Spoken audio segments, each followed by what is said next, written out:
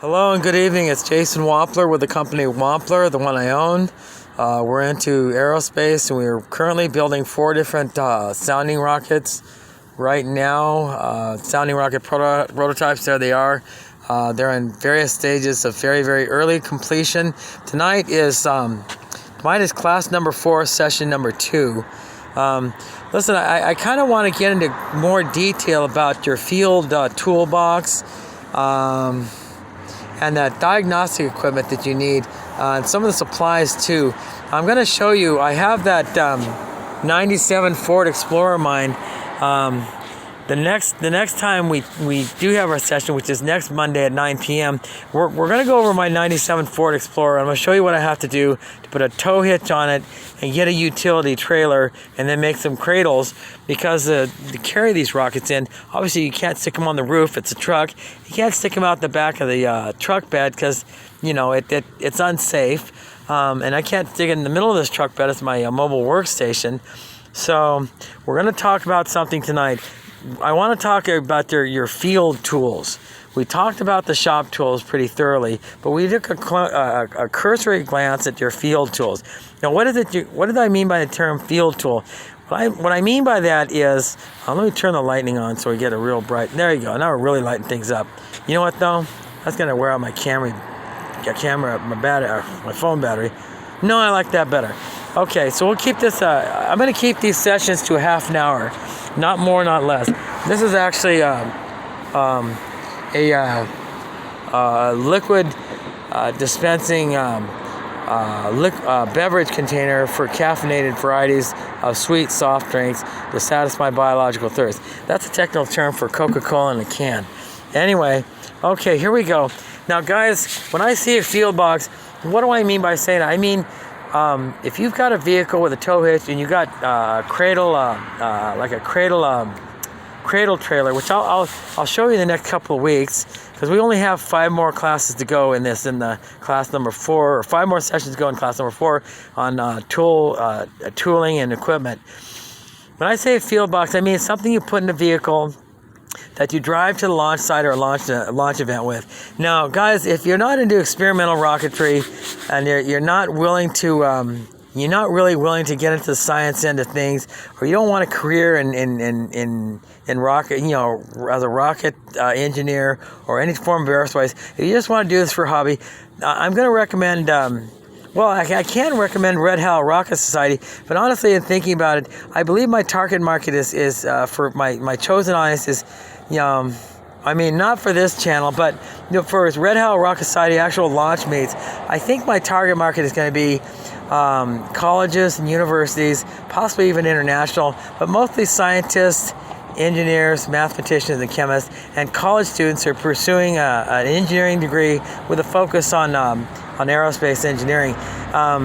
To be honest with you, it's kind of a liability to make it a family event. With minors involved, it gets kind of difficult. So if you are a minor, if you're under the age of 18 or older or younger, you can watch these classes and don't forget to hit the subscribe button. I'm still trying to monetize these 6 classes. But to be honest with you, I'll also teach you how to how to get into National Association of Rocketry. If you're between the ages of 8 and 16, National Association of Rocketry is just right for you. It is an educational organization itself, and it teaches basic entry-level to intermediate rocketry and all the safety rules. It's the safest way to learn how to build and fly rockets. My methods are not. They're designed more for 18 and older. Like I said, college students, scientists, engineers, chemists, and mathematicians. I've been doing this for over 20 years, building experimental rockets. And and I have to tell you, a lot of things we're going to do, especially in the 21 and over class regarding model rocket motor design and construction and test firing. These things involve a lot of dangerous chemicals and mixing procedures. And if you don't have the attention span or the personal discipline or the life experience or some type of education and discipline in the engineering sciences, or you don't have, or at least they're not a college student pursuing these things, it might be kind of dangerous for you. My other 5 classes are fine, but we're talking about a field box right now. This orange toolbox I got from Home Depot for literally like $8 or $9. No, I think I got it for like $8, $9 or $10. It says Homer Box on it. That's Home Depot's mascot. Real funny looking fellow with a big nose. I took the sticker off the run. This is a field box, and I'll tell you why. This has equipment in it. This is a protractor, and like an angle protractor. It's so complicated. I don't know yet how to use it, but you know what? It was cheap. It was at Harbor Freight, and it looks really neat. The thing with angle protractors, it's not just gun sighting the angle of the launch angle of the rocket on the launch tube. The thing is, you can do this to sight up with other surfaces and measure their respective angles. Two surfaces against each other. This is a proto board. This actually, I don't have another home for this. This proto board is where you can, you only got to focus on it. You can lay out experimental outlays of electronics. Honestly, people, if you look up flight electronics and avionics for the model rocket industry or the hobby rocket industry, they're really, really expensive. These people have been in the business for a long time. They get what's called gold dust fever, and they'll charge you nearly $150 for something that you can literally make in about maybe 10 to 20 hours for about less than $25 worth of parts. I don't know how much your time is worth, but the more you enjoy and the more you learn, the more the benefit of the experience. Well, this is a proto board. It's kind of hard to explain the concept, but these are interconnective. There's one plate. It connects to one hole to another. You can test out electronics on this thing. You can get this at an electronics store like Marvac or Orvac for like $5. Now let's look at what else we got. This is what's called a boom magnet. I'm kind of going through this toolbox. Maybe we'll go into an hour tonight, but I want to get through this because this is important. You know what? I think I'm going to turn this light off because it's creating too much glare. Okay. You know what else? Let's turn I want to keep my headline. I'm just trying to figure out the lighting here. You know what? No. Let's go back to the light. I'm still trying to figure this out, guys. I'm not the best director / cinematographer / writer. What else?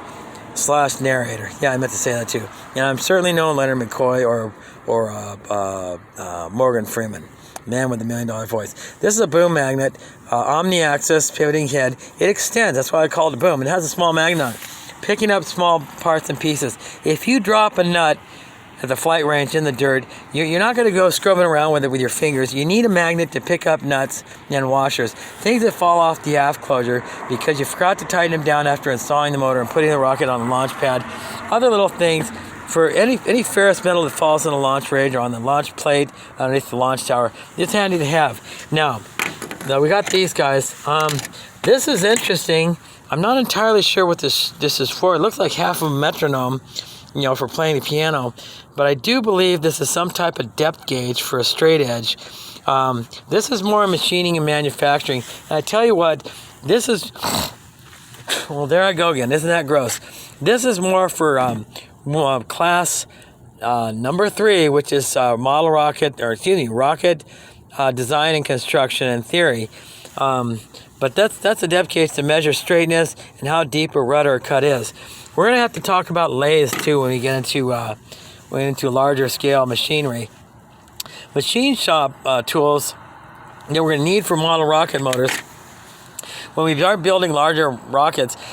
Unfortunately, I don't have a lathe yet, and if I did, even if I did, it would pretty much weigh as much as this truck to build these larger 75 millimeter diameter motors that are going in this sounding rocket and that large 15-foot tall sounding rocket that I'm building. These smaller rockets with smaller motors, I'm trying to swallow, are 40 to 50 millimeter diameter motors. I can actually fudge on that one. But the thing is, we're going to talk about that. But we're going to talk about tools and equipment for rocket motors in class number 3. I'm not starting to teach that yet, but I will. I'm just still trying to swallow. This is a general straight edge to take measurements and make sure all the fins are lined up. No forth. This is this is a caliper to measure the diameter of something and fine tune. Now, guys, the reason why I'm getting all these manual measuring tools that are not computer controlled, the thing is, computers can only tell you so much. Microprocessors, they do tend to wear out. What happens is the silver tin or the silver, the solder between connections and microprocessors. It does tend to corrode and build up resistance. So you get a microprocessor in one of these test measuring equipment that aren't necessarily sealed properly, and they malfunction. This is an outside diameter set of calipers, really brilliant, spring loaded and everything. That's more for model rocket, or excuse me, I keep saying that, rocket motor construction. Same thing. This is an inner diameter caliper. It goes outward with a thumb screw and everything. Again, for rocket motor construction and design. This, I don't know why I keep this. This is a very, very cheap, small test light. However, this is what you need for launching any size rocket on the rocket range, either with NAR, Tripoli, John Wickman Space Camp, or my own club, Red Hal Rocketry. And by the way, Red Hal Rocketry is not affiliated with NAR, Tripoli, or John Wickman Space Camp. It is an entirely different rocketry organization, and it's more for, again, for working professionals and college students. And I made that decision probably a couple days ago. These are a pair of tweezers, and in some cases you need to pick small parts out of small places, and these are always handy to have. I'm just going to go through. Now look at this. I don't have but one. I have two. I have two of these measuring calipers. I don't know why I have so many. I like this one. It's prettier. This one has a black background. It's a Husky. It's not as good looking, but you know, with the black printing, it works better. It's more, it's more visible. Now you can take an outer diameter of a motor tube, or measure a coupling, or measure a motor adapter when you're launching. If something's not right, you break out the sandpaper, sand it down, and suddenly your motor fits better. You do these type of things on the launch range. What else we got here? This is a diamond cutoff wheel. The thing is, with this toolbox, I need to include a Dremel tool. These diamond cutoff wheels, they'll cut through pretty much anything. Guess what, folks? Sometimes something ends up breaking loose inside the rocket body, and it sticks through the hull, or something pops loose, or kicks loose, or breaks loose on one of the fin anchors. You can just get a Dremel tool with your generator set that you need to bring, the generator set, compressor, the tall box, your supply box, and at least a complement of electronics tools to your launch site. Those, but you don't want to take your mobile manufacturing facility there. You want to have a second car if it's possible, with a tow hitch and a trailer. So anyway, just go through this. I'm not going to go through absolutely everything. We'll literally be here all night. You can see the injury in my thumb. You kind of can't. There it is. I let this guy dance across the top of my thumb. He had about 12,000 RPM for only a moment. It was painful. It was a little bloody, but I'm a man. I can tough it out. This is a conduit scraper. It got wet. The idea is stick it in the hole with the blade and you scrape things. Anyway, moving on. Okay, this is a fuse puller for bus fuses right here. I look at something, I gotta make sure it's in front of the camera so it's not invisible and I'm still talking about it. There you go, man. All right. Okay, now I am gonna turn off the flash again. Okay, no, turn it back on. Sorry guys, come back on. I'll drain my battery in my phone for this. Another pair of tweezers. Too many tweezers are not enough. These are adjustable tweezers. You can adjust the tension or close these things to hold the subject. This is, hold on, we got to turn this silly thing on. I can't see a thing with it without my glasses. All the way up, press it. No, that's in a lock position. Well, hard to get this thing to behave. Maybe it's out of fuel. Hold on. Nah, maybe I had adjusted wrong. I don't know what's going on. Let me look at this real quick. No. Well, I may have to replace this guy. It's only $5 for one of these torches. You use this to ignite a pyrogen mixture. Say you're mixing sugar fuel on the range, and you make sure that you didn't put 40% potassium nitrate in the mixture and 60% sugar, because that mixture will not burn. It'll smolder. It'll turn your candy into a giant birthday cake. You don't want that. I need this silly thing to work, so I'm just going to replace it. These are the compass. If you need to draw a circle for an outline, for an emergency cut, for a bulkhead on a piece of craft paper. I don't work with craft paper, but if you're in NAR or Tripoli, you're flying small rockets, you might have to. This is a level. Now, on the launch range, there I go again. You need some type of level. This is an inexpensive level. It's a Brew Ridge. I actually got this from Target for about probably like $10 almost $5 or $10. It wasn't that expensive. I'm always on the lookout for brand new tools at great prices between Target, Home Depot, Lowe's, and of course my favorite, Harbor Freight, or even, my goodness, what else? Well, or even, not AutoZone, but O'Reilly's.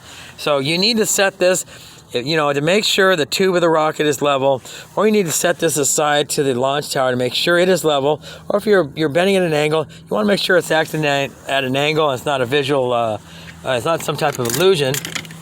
I'm just kind of going through the toolbox. I'm going to stop taking stuff out. This is an emergency flashlight.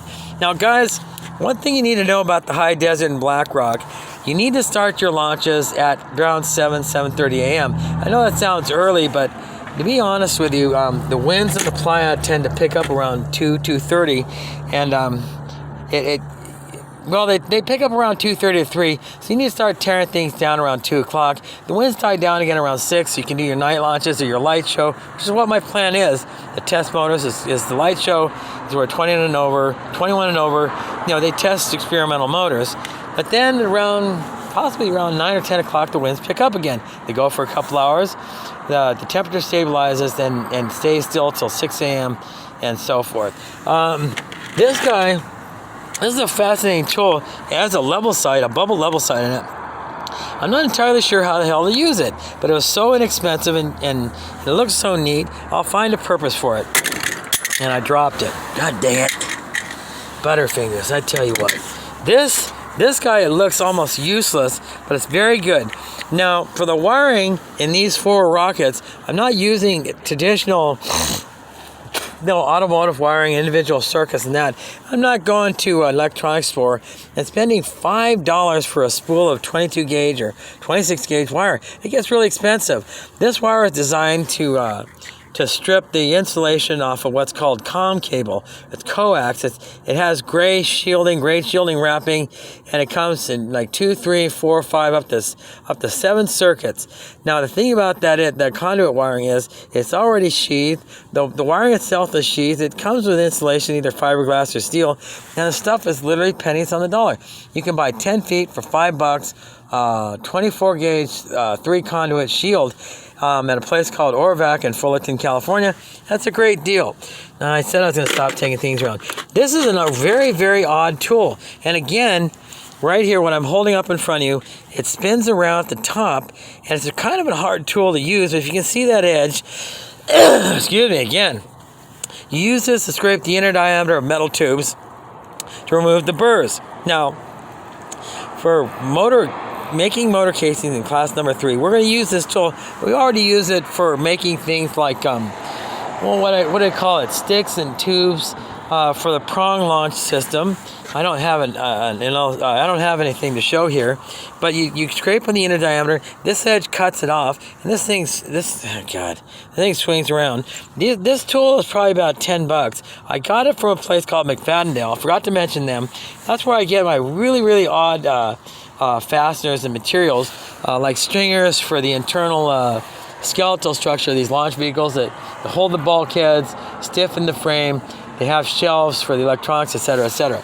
So one thing leads to another. This is a bigger version of the same thing. If it's a Husky brand, I actually got this at Home Depot. It's significantly more expensive, but it has a bigger handle. It's more convenient to use. You know what? Excuse me a minute. I'm going to have to blow the top of the tray out. I just want to get the dust out. One thing you're going to learn about the aerospace industry, especially the rocketry industry, is your supervisor and your managers or your bosses, they're going to drill you about needing 3 things: neat, clean, and organized. If you're not those, then they're not going to keep you hired, because the other thing is, if you go in a place like SpaceX, their facilities, or Blue Origin's facilities, there's another place, I believe in Tennessee, that builds rockets as well. But you go inside these places, everything is extremely clean, well laid out, spacious, and what I noticed is everything is extremely well lit. So you're going to be drilled about this once you get a job as an aerospace or rocket engineer somewhere. So, or you can work for me in 5 years when I hit the big time. Okay, more saw tools. Plain dad. This is just a triangle, a marking triangle. If you have to cut a fin, having these little guys is really helpful. And it's a triangle. I believe it's like even angle, 2 even angles and 1 uneven angle. This is another. What is this? Another emergency fund. No, it's the same one. This is a big cork flat edge ruler. This ruler cost me pennies. These are a couple of black ink markers. You know, in the field, when you need 2 things to reset a broken fin. Actually, 3 things. You need epoxy and the tools to mix and set epoxy, but you also need a marker pen. You probably need a drill. That makes 4 things and a drill bit. But the 5th thing, God, I can't even count. The 4th thing you do need is you need that little electric scribe. And I'm thinking it might not be a bad idea for me to include that in this field box as well. However, I use it so much in the initial construction of my of these rockets in this mobile manufacturing center here in the Estancia parking lot in Estancia High School, Costa Mesa. You know, at 10 p.m. What a whack job I am. Now that's that. This top box. I'm just gonna leave this here, and I'll put it back. You know what? I'll tell you what. Let me lead by example. Start putting everything back. It's okay if this stuff gets a little bit wet, but what you don't want to do is let this stuff sit out in the weather outside uncovered for months at a time through several different seasons, because the rain will build up, it'll cause rust, it'll discolor the tools, it'll cause them to seize up. You know, so you want to keep them, if you're going to be outside in a sealed or covered container, if you can keep them inside, that's even better. This is your field toolbox. You need this stuff to do emergency repairs or to set up the launch. But something on your rocket, more than likely, the bigger your rocket, more rockets you bring out, it's more likely that something's going to break in transit, or unloading or loading. You're in a different area, in a new environment, you're not at home, so you're not expecting, you hit a bump in the road, your rockets bounce around on the cradle frame of the trailer in the back of your vehicle you're towing, or you just put them in your back of your truck.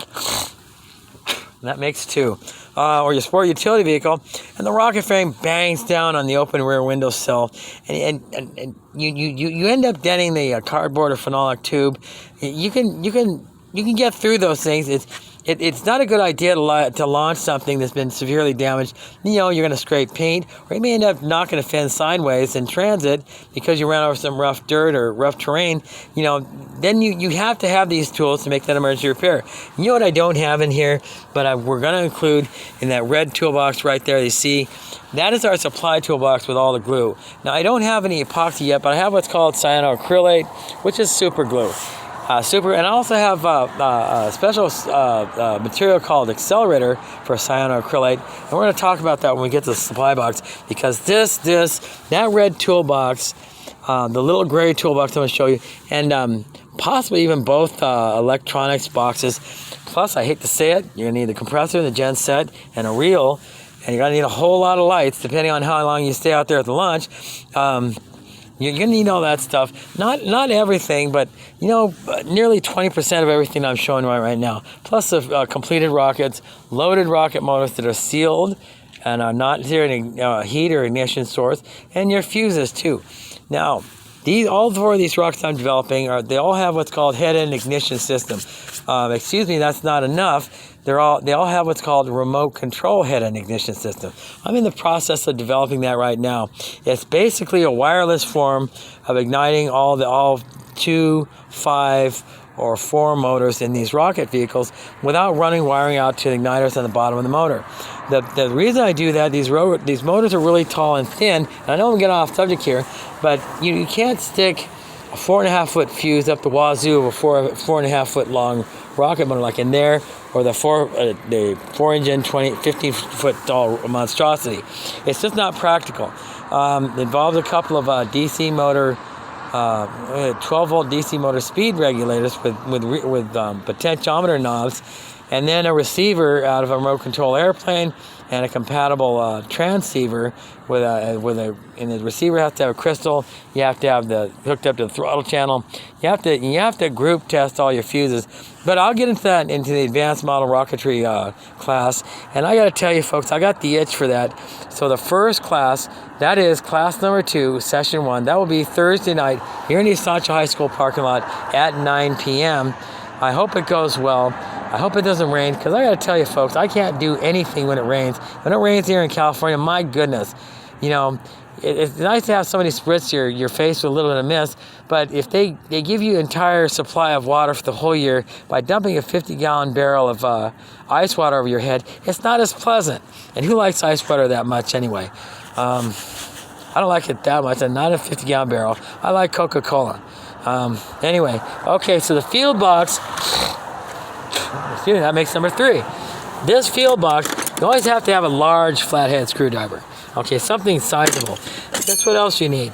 If you put tape on the motor casing to just to secure it in place, because the motor tube, you didn't test the fit of the motor in the motor tube before you came out to launch, which is a mistake. You need to test fit everything. You need to test at least one motor. And you need to test your ignition, your igniter sets, and your ignition system, and all your electronics before you come out to the launch range. But if you don't do that, you need this. It's called a scraper. This is literally a $1 or $2 tool that I got from Harbor Freight. It was so cheap, and I almost threw it out. But then I had a problem with the airframe, the 15-foot tall 4-engine monstrosity, and I was getting really upset. I bought some expensive tape from a certain company, and it broke real easy, but it left a lot of residue that was really stubborn. So the tape was weak, but the glue was strong, and it just frustrated me. Anyway, actually, I think I'm gonna put this top there. Well, maybe not. It's not test and measuring, so I'll put it down here. This is a circle saw that doesn't really belong in here. You're not going to be drilling holes in your rocket in the field. If you want to, I think you're kind of strange for doing that. Then again, I'm kind of strange myself. I have a variety of hammers here. This is a hobbyist fine sawtooth saw. It kind of goes back and forth. The thing is, the teeth are angled in one direction, so it's meant to pull in one direction, lift, cut, and pull. It actually cuts better that way. You don't push it back and forth. Guess what? If you need to modify the fins, cut a section of the broken fin off, or actually cut a section of the motor tube off itself, because you put the motor tube coupler, the lower section of the upper section of the rocket instead of the lower one, and the separation charge went off, and it frayed and damaged that motor tube section, lower half of the rocket. You got to do this. You got to perform in the field triage. You have to actually cut off that section of the motor tube, then square sand it, reassemble the rocket. Unfortunately, your rocket's overall length will probably be diminished by a couple inches. I've seen it done. I made a suggestion. Those gals, they just didn't listen to me. Oh well, they flew that rocket anyway. There's box wrenches. These guys actually fit my my air equipment, a 16 millimeter, and these are standard size male-female receptors. The 6-gallon compressor. This is fine for the field, so I'm going to keep this forever. But you know, eventually when I save out my motor, I'm gonna get a much larger gen set that can run at least 3 pieces of equipment at one time, including a lighting system, compressor, and a couple tools. Because I'm always going back and forth between using 2 tools, and I need the compressor going on and cycling all times. The other thing is I need a lighting system. It's a portable lighting system, and that's better for field operations. But you know what? These lights, they run off of 3 AA batteries, and they're great for about 4 hours, and then they fizzle out. But they do a great job lighting up. It's just, you know, they're big lights, small batteries, so it doesn't last. That relationship is almost temporary every time. Another set of tweezers with eyes. These guys should not be down there. There you go. Well, you can barely see it. Actually, you can't see it at all. I think I need to put a battery in this silly thing. The little light lights up in here while you're grabbing something with tweezers. This actually goes up there. Okay, what do we house? Long Phillips screwdriver. Again, you can get a set of long, thin, small Phillips and flathead screwdrivers from Harbor Freight. My goodness, I mean, you can get a packet of these things for $5, and it'll last forever. How's that work? Guys, you need angled picks. Guess what? If you're picking and scraping on the inside of a motor, the reusable motor, and you try to get an O-ring out, and it won't budge, you get this angled scraper out, and it's fine. You scrape up the inner diameter of a reloadable motor system, something from Aerotech or Dr. Rocket. I don't think Dr. Rocket's around anymore. You know, you have this to pick the O-rings out. Don't worry about scratching it. Also, you can pick at the nozzles and clean up debris. I have a bunch of these. Anything with a small orange handle. There you go. There's a hook pick. I mean, your dealer's choice, man. More screwdrivers. I'm kind of thinking I overdid on the screwdrivers. These guys are different. I don't think they should be in here. These are actually rasps for small diameter model rocket motors. I don't know if I'm going to use this anymore. However, it does seem to me once I build once I get into 8-inch to 12-inch to 24-inch diameter sounding rockets, and in 5 years into launch vehicles, it seems to me when you countersink and drill your holes, this will clean up the countersink for lighter diameter holes. You don't have to go in all the way. I can actually use it for the holes I drill now, but for practical application, it's going to be used on larger rockets. So lots of screwdrivers, actually a lot more than I need. I think I actually put a lot of these screwdrivers in here so I didn't have room in the regular screwdriver tray. These are Allen head wrenches, they're Allen keys, excuse me. They're hex keys. They have a certain length and a certain shape. They have ball keys at the end, so you can screw things with an Allen head at an angle. This is a 1/4-inch drive socket, but it's a screwdriver. You need those too. I haven't used one in 20 years, but eventually I'm going to need it. This guy, it probably just shouldn't be in this toolbox unless you bring the compressor and the genset, and you need to do emergency repairs by releasing a chuck to put a drill in on a traditional drill. However, a lot of things are cordless and quick release. This is a Byzantine tool, but I love it because I still have a tooth key chuck, or a drill chuck on both of my drills, the angle drill and the hammer drill. They're both plug-ins. So, okay, another Allen key set. This time it's a straight and a small. If you don't want to use these guys, then use these guys. These guys came in a package. They're from, actually got them from Target. They work just fine. They're just cheap as the dickens. I just want to show you other things. Look, guys, if you don't have a pair of clipping pliers like these, or snipping, or clipping or slipping, I don't care. I don't know what they call it. I'm a hybrid monkey engineer. I can name anything I want. But see, if you don't have these guys to cut or clip something, you're lost. I mean, you need them like you need the sun to rise in the morning on the East Coast. Because if it doesn't do that, we're all going to die. Okay, this is a watches hammer. This is a very small hammer. I haven't had an opportunity to use it yet, but I'll tell you what, it's got a rubberized mallet size, and it's got a ball peen hammer side. And you never can have enough hammers.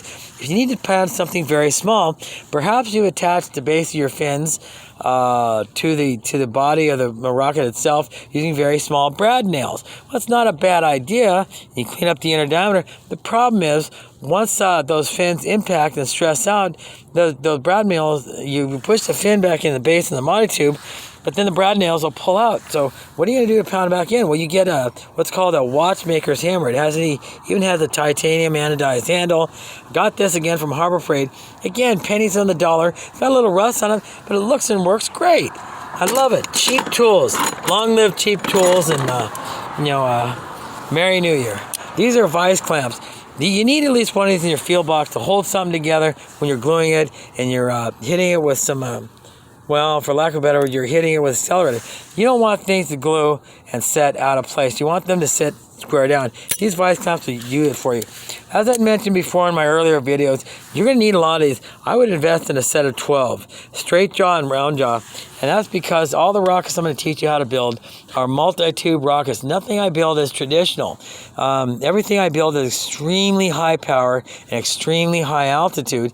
And the thing is, what I'm teaching to build, they're all team building. They're all team builds. But, come on, man. Instead of just making ourselves happy by watching rockets launch in the air, let's do something with ourselves. Gather meteorological data, help out geologists, do some more land mapping, watch, map out a glacier's movement, discover a new river, rivulets, where's all the snow going and melting to. You can do that. At high altitudes, you can scope out thousands of square miles of land. The problem is if you get too high and it apogees too early, the rocket is going to be gone. Even with all the sighting equipment and GPS, it may end up dribbling like 100 miles away into unfamiliar territory, and then it's gone. So I'm in the process of figuring that out right now. But you don't want to launch it in areas where it can get lost. You want to do it in the desert, but that kind of limits where you can test the atmosphere and send back real telemetry on the atmosphere and the land terrain. So we'll figure that one out. So I kind of think we're done with the field box. Here it is, that circle saw. That drift down, that's the same one. Well. You know what? I kind of really need this, not in this toolbox. I kind of need this in the real building toolbox. There's nothing you're going to core or drill with a drill. This is a circle saw or hole saw. And I use that in the actual construction, lining holes up in bulkheads for launch rod stringers and such and so forth. Eye holes for sticking the stick through to turn switches on, keyhole switches, etc., etc. It's not really a field box tool, so I'm going to lift this guy up. So I'm going to do 3 things. I'm going to grow a 3rd arm out of my chest, lift the drawer with my other arm, put that in there like that. There you go, look at that. And bang, down it goes. Whoop, and the light fell off. It's only magnetic, my goodness. But for $5 each, a mobile, magnetized LED lighting system is perfect anyway. Okay, now here we go. You know what, guys? I'm going to pause for a break. I'm just going to set this here while this thing stares at the side of the toolbox. Probably isn't going to stay. I'm at odds with all things inanimate. I'm just going to take a drink. I got to wet my whistle.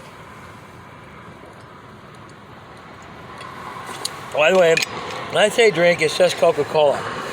By the way, I'm an avowed non-alcoholic. I hate alcohol with a passion. It stands in the way from me becoming a successful engineer, designer, or scientist, or mathematician, or doctor, or otherwise. Here, that makes number 4. My counting is correct. Now let's come over here. These are the this is a 2-engine monstrosity. I made a recent change to this. I just want to yap about this. I'm so excited. Between this rocket and the 15-foot tall monstrosity, this is the top section. My goodness, it's nearly 7.5, 8 feet tall itself. And this is the booster section. That is almost as tall as I am, which is almost 6 feet. So what is that? 6 plus 8 has 14. So if I brag about this thing being 15 feet, it's because it'll include the nose cone on top with the acorn nut and washer. Probably a couple motors will be sticking out the bottom. But this rocket and this rocket right here and this rocket are similar. They both have these 6-inch diameter sections on top of them. This rocket with this top and this base is going to attain the highest altitude. This is what I call a twin-engine hot rod rocket. This is my all-time screamer. This is going to be a high-altitude rocket. This is mostly for high-altitude testing. This rocket is for short bursts with a lot of electronics, but in light weather. This rocket is an entirely experimental design. I didn't put the top on it, so I need to do that. It's a 5-engine rocket. You can't see. There you can. It still has 5 engines. These are the forward end motor stops. And the back end, now I kind of been working on this rocket a lot. It really takes a long time to cut stuff out and clean things up. I have a different way of attaching these tubes to the base. And I gotta go ahead and not lacquer. I gotta work on this again because this motor base, I dropped it a couple times. Anyway, we're getting sidetracked, and I'm so excited about these 4 different rockets I'm working on. It'll only take another 2 years for me to finish, unless I can get some help. I'd be happy to. Let's here's the top. What is the top of one of these rockets? Yeah, it is a top. Let's put that on because that makes me so happy when I do that. And I'll just paint a little tree here. That'll be our little secret. No, I'm kidding. That guy's okay. He kind of looks and acts weird, but that's just me. Well, that's the top. Well, there that is. 5 engines, but it's still being a short burst, low altitude, along with that one. And non-inclement weather. This guy is heavy duty as hell. Final flight in this thing is probably be 60 or 70,000 feet. This guy right here is a hot rod rocket, and I gotta tell you, I'm really happy, but I'm also be sad. This rocket might end up leaving Earth's orbit and out into outer space. I have a tendency to build motors that burn forever. I mean, the record is the last magnesium motor I built, burnt for nearly 7 minutes. My God, man. You know, where do you get in 7 minutes under full thrust with the magnesium, ammonium nitrate, and epoxy motor? Okay, well, we talked about the supply box here. Sorry, my hand is covering it. That's this guy. There's glue. There's oil, there's WD-40, there's accelerator for the glue. I don't have epoxy yet, but I'm going to have to commit to epoxying these motor tubes to all 4 of these sounding rockets, because I got to tell you, you can peg it, you can drill it, You can pound it together. Cyanoacrylate is great. It's not an extremely structurally strong glue or adhesive for larger diameter, heavier scale rockets. You need some type of aero epoxy. I gotta tell you, I spent an hour on the phone trying to locate aero epoxy. And you know what? Everybody in the aerospace industry, I don't know where their heads are, but nobody's calling me back. I told them what I needed. I sent them an email with specific qualities I needed and working environment, everything, and they don't bother calling me back. So you know what? I'm just going to improvise and find somebody somewhere else that'll help me. Now, if I can get through this curtain of magnificently beautiful, large, heavy, dangerous sounding rockets that are, well, they're 20% completed, then I can show you what I want to talk about. This is kind of the, these guys are the star of the evening. Now look, I'm rolling this aside. I gotta show these things respect. There's no wind, so they're not gonna blow over, but I mean, this big rocket has fallen over several times. That's number 5. The thing about this this rocket and this rocket is the same. This guy has gone through so much. This is actually the first build, but I'm so excited about it. But the motor section is beat to hell. I'm not going to throw out the motor tubes or the center section. The thing is, I'm going to mark everything. I think I'm going to take everything apart, clean it up, and reassemble it. It's looking really ugly. I just banged the heck out of it, and the motors are coming back out. Then when I put it back together, I shaved the metal pieces off the inner diameter so the tubes can go in with the centering rings and the launch slug stringer. It's going to be this tall, which I'm in the process of building as well. I had to invent from scratch. That'll go in there as well. Then I've got to epoxy everything. Oh, by the way, guys, I know I'm going off on a tangent about these rockets because I love them so much. Hey, you know what, guys? I'm not going to fly these things bareback. I'm going to go ahead and sand them down, primer them, and paint them. Now the smaller rockets, I think I can pull off. This 15-foot tall rocket, I got to be honest with you, I'm going to have to take it to a paint shop, somewhere with a paint booth, and I'm going to explain to them, hey, I'm not engaged in terrorist activities. It is an actual scientific research, high-altitude sounding rocket. I swear you can do a background check. It's probably going to cost me in the neighborhood about maybe $800 to $1,000 to paint this model. I almost call it a model rocket. This sounding rocket. This guy I can paint myself. Because I can do it in sections. Well, maybe, hold on, no, maybe this and this I'm going to have to get a professional paint shop to do, because this is, you know what, maybe I can paint this myself. The 15-foot tall, 4-engine sounding rocket, there's no way I'm going to be able to paint it. I can't get a paint can all the way up there, and even if I do it in sections, this is the only section that's breaking away. This guy is going to mount on a transition up here, and it has to stay that way. It's going to be nearly 12 feet tall without the nose cone and payload section, so I got to get somebody to paint it. This guy is a little different. I can paint something that tall.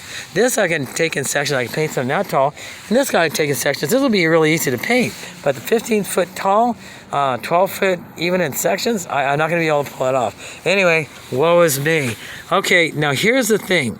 I want to take these toolboxes out one at a time. They're not really toolboxes, they're containers. I went over this, my diagnostic toolbox, my electronics and diagnostic toolbox, and we did a cursory pass. We did a cursory glance, and I got to tell you, that ain't enough. I'm not satisfied with this. So now we got to make room somehow. You know what they say, never enough workspace. Let me lower this, push that back, make a little bit more room for that. Look at that, they're both orange. So I got black, red, gray, a little bit of green, and some orange going on. Nice to have a color-coordinated production facility, but no, it's just me. I'm not Martha Stewart mixed with Werner von Braun. Okay. Well, you don't like that joke, too bad. Anyway, I don't care who you are. Thanks, Larry. This is a battery tester, OEM Tools. I believe that makes number 5 or number 6. God dang it. I'm even grossing myself out. Very simple tool. Battery leads and clamps. One of the insulators fell off right there. This guy tests the strength of your launch battery. Now, I got to tell you, folks, with my batteries, it's basically going to be the strength of the internal batteries. Each one of these 4 rockets, these launch vehicles, they're going to have 12-volt, 6-cell rechargeable batteries.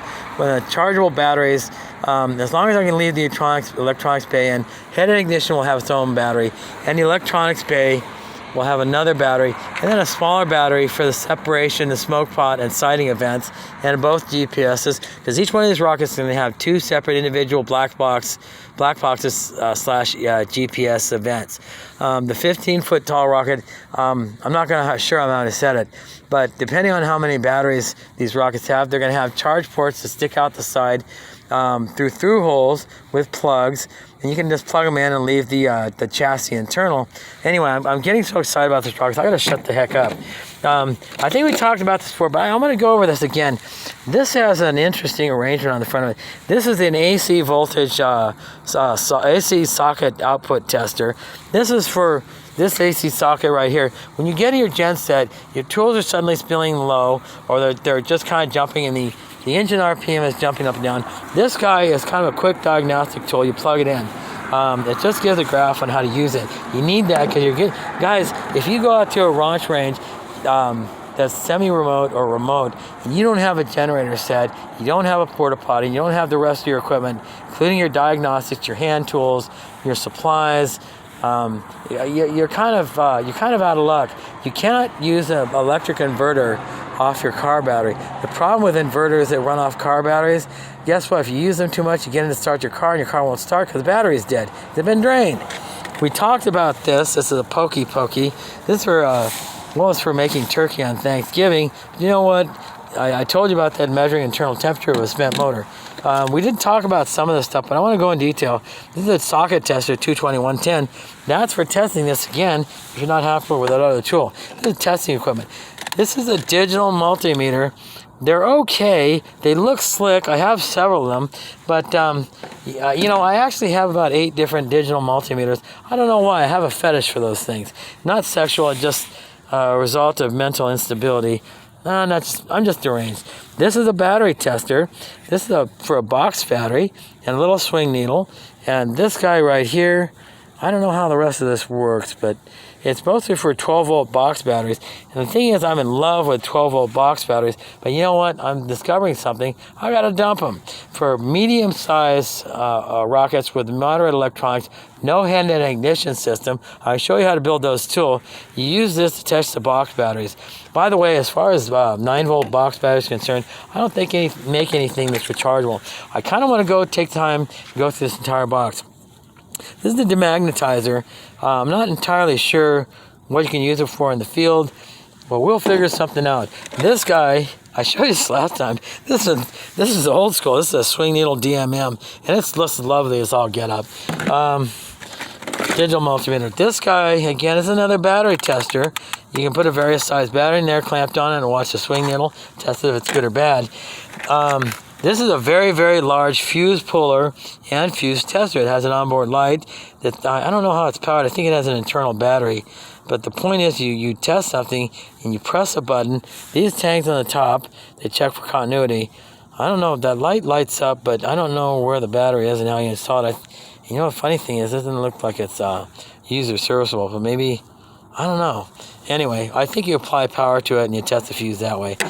I'll figure it out. It looked neat, it was cheap, so I used it. This is a three-prong fuse tester with a test light. I'm not sure what you use that either for, but it looked neat. It's electronic, and we'll find some use for it. Boy, don't I sound like an idiot. This is a generic test light. You always need test lights. Test for continuity. Test between ground and power. Test. This is an amp clamp. I have yet to actually use this, but I'm in love with this tool. You guys, when you hang this around a car battery or a lead from a car battery, you can test the amperage going through it. You can find out something like, is this battery going to have enough amperage to light up the fuses? Voltage is one thing. Voltage is the strength of the signal or the electricity, but amperage is kind of like the volume. So you do a 2, 4, or 5 engine rocket like I'm doing, you need a lot of amperage. Voltage is one thing, but you can have 1.5 amps and 12 volts, and honestly, it won't even light a tiger tail fuse for a Quest motor. But with these model rocket motors, the larger ones that I show you how to build in the restricted class, they're going to need amperage. That's how you measure it with this clamp. It's an inductive pickup for measuring amperage. This guy is actually an alternator tester. That's automotive. We're not even paying attention to that. Boy, I loved working on cars, but I do not like dealing with the politics. This is a professional grade Home Depot. Well, that's the test in a wall outlet. The test to determine whether it's 120 volts or 220 volt AC. These are actual Noid lights for automotive injectors. The point is, I'm going to find some way to use these because they have a little LED that lights up when the electricity pulses through these connectors. And you know that's going to have some type of practical use in or out of the field or testing and constructing something. That's a spark plug tester. A shout out to an individual's name is Labrat Matt.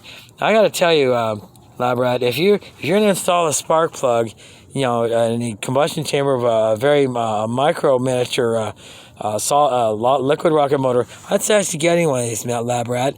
And the reason being to test the strength of the spark by measuring how far it can arc. This screws back. Anyway, but that's that application. Another fuse picker. Now I have two of them, which makes me wonder, am I really mentally deranged? I kind of think I am. This is an automotive tool. So when you break down on the way to your car runs funny on the way to the launch, you can plug this into the port. I don't want to show you automotive tools. And I gotta be honest with you folks, I'm getting out of automotive, or actually I've already gotten out of, because there's so much fun. You sell yourself cheap because you're enjoying yourself so much, and then people teach you like garbage. I hate the politics. This is an inspection camera built by Innova. I got this on sale for $110, probably about 12 months ago. It's an internal inspection camera. It's run by battery power, and the thing I haven't had an opportunity to use it yet. But I got to tell you, if you do not want to tear down your rocket frame, you need to inspect the internals. Maybe something fell loose or something broke. You're hearing something rattling when you're loading on the launch pad. You don't want to take the dang thing back off. You just want to take the top off without removing the internals. This inspection camera will do the trick. Flexible dentist by Boom, LED lights and inspection camera. Okay, so here we go. This stuff is really slick, by the way. One more OBD2 tool, which I do not need. I literally have like 4 of those. Okay, this is number 3 OBD2 tool. Another battery tester. I don't have enough battery testers. I'm thinking I'm putting some gift packages together, and I get some good students online who contribute to my website, and I can get somebody to help me set up Google Ads. My word, man. Those people want my business or not. This is a tire pressure tester. It has some application. If you're using a CO2 separation set in line with the vents on your separator timer for your rocket, you might be able to modify this because it's digital tire pressure gauge, and put another battery in. Might be able to check the pressure in your CO2 cylinder, and that might be a good idea as opposed to using I'm just going to say it, an empty tampon, empty plastic tampon husk, and using Go-X black powder. And I just talked myself into this go along. I actually just came up with that idea. CO2 cartridges for separation charge. That doesn't overcome the barometric differential barrier, so we'll talk about that later. A lot more on that. This is another thing. This is more of an advanced AC outlet tester. Can't get enough of these. Well, what do you know? Another battery tester. Well, I just can't get enough of these things. Cool looking tool, works slightly different. It lifts, it drops, and you test the voltage of the battery. Well, mostly it's health too. Now let's make 2 of these, an alternator test. My goodness, what's wrong with me? This is interesting. Now, guys, I'm putting 7.5 amp bus type fuses on my rockets. 7.5 amps is the magic number for electronics and payloads and any aerospace, micro aerospace endeavor, including sounding rockets. And this tests the fuses, the individual fuse ports. And it has an inline fuse to protect itself as well. And this will tell you all the information you need to know on the circuit, up to 30 amp. You're not going to run anything 30 amps on one of my rockets. I'll tell you what, because you'll catch that silly thing on fire at the launch pad. Well, look at what we found, the insulation for that battery tab. Okay, these are more Noid lights for different... There you go, man. Bang shot off the foot, goes rolling, wants to go to Las Vegas, forgets to ask me for money, so you can't come back, you're not going to play craps today. All right, I don't like gambling either. Neither am I trying to tell my electronics not to do that either. Another Noid light. I want to find practical use for that. These are, well, look at that. I got 2. I can't be satisfied with having one. I have to have 2. This is a cigarette lighter battery and charging system tester. The thing is, when you drive great distances to these launch events, it kind of brings out the gremlins in your vehicle. Might be helpful to have those along. Those are less than $5 each. This is a remote. Well, actually beeps too. That's interesting. I didn't know that. This lights up when you're testing for voltage and an outlet. So look at this. Digital multimeter. Digital multimeter. Now this guy right here, this digital multimeter, I use this as the Bosch FX. Hold on, what was that? I can't see it. The camera. Fix 7677 professional multimeter. This multimeter cost me $99, about $100, and it's lasted me a long time. I'm not usually happy with Bosch products, but this one is fairly well made and it holds up. A little bit quirky. The continuity tester is not mixed, but you need this to test. Test the continuity between the leads to your launch box if you're not using an RCHEI ignition system. And such and so forth. I'm kind of putting this everywhere I can. I don't want it slipping and falling to the ground. That's irritating.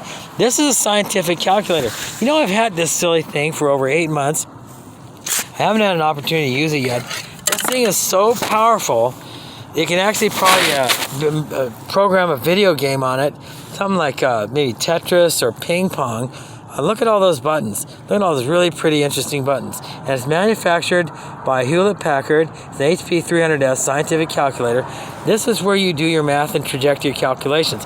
Guys, I got to tell you, I watched some videos of some young kids at USC. Shout out to you guys and that wonderful rocket you launched. First one wasn't a success, so it was not a success. It was lost. And guys, I got to tell you, 50% of what you launch is never going to come back, and it's not going to be recovered successfully. Guys, that's just how it goes. The other thing is, guys, you cannot set up your launch schedule and the logistics in the type of inclement weather you find on flat plains. And I'll tell you why. When it gets cold in the desert in a flat plain, number one, there are no geological structures surrounding you to block the path of the wind, so you get high winds. The other thing is during the day, the earth heats up, the earth's crust heats up, the ground heats up, but the cold winds blow in and it creates turbulence. And that just generates more wind. So guys, I got to tell you, everybody at USC, how do I say this? I have brotherhood for you too. I still want to go to UC Irvine or Cal Poly, my dream, in Pasadena, to get my engineering degree, actually my engineering PhD. But you know what, guys? The other thing is, tents that are blowing over and ripping away don't go very well with ignition leads and conduits that go to motor igniters. And rockets that have taken 1 year to build or 9 months to build aren't very well in vertical flight when winds are picking up to about 30 and 40 miles an hour. Another thing, guys, if you want real-time telemetry, get yourself an app and a very large, expensive smartphone. Laptops are now becoming redundant. Even tablets are becoming redundant, and I'll tell you why. They're too big. You bring all sorts of electronics logistics out there, and you slather up the motors with RTV. Guys, and you're spraying yourself off with all this red RTV.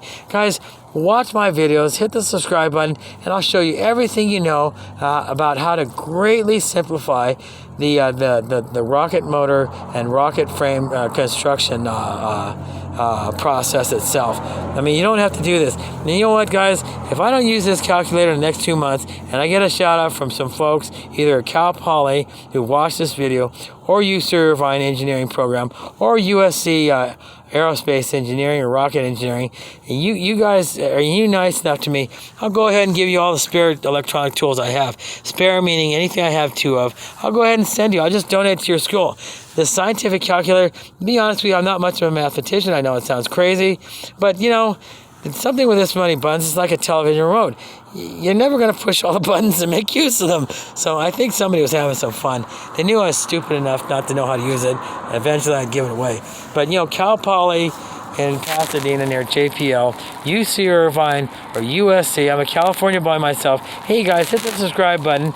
It's called Wampler, WAMPLR. Give me a nice comment. Beg me kindly for all the spare electronics diagnostics tool I have. Everything's meant for the field.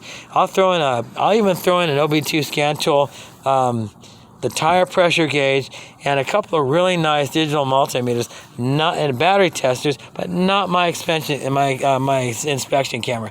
If I want to perform my own colonoscopy without anesthesia. Gosh darn it, I spent $100. I think I'll do it myself, and I'll detect my own colon cancer. I'm just kidding. I'm not a doctor. Anyway, so, and I'll throw in this calculator as well. It's beautiful, but guys, I'm not smart enough to know how to use it. But this calculator is smart enough to replace any type of calculator, tablet, or laptop. Guys, stop taking laptops out to the launch site. There's a better way to do it. You can micro-compact things, and you can make things so much easier and simpler. And guys, you guys at USC are doing great things. You students are. But don't try to launch or set up camp in the wind. And if you do, you got to be prepared for those weather conditions, okay? It really broke my heart that you guys had to fight the wind and the tents were blowing over and ripping off. That doesn't go very well with electronics or a makeshift launch site. My hat's off to you. The second round was a success, and that guy's great. I know it's upsetting when you work on a rocket as a group exercise, but again, I got to tell you guys at USC and everybody else, every other student in the world and group that's building an experimental rocket, private rocketeers, you got to understand something. Anytime you launch something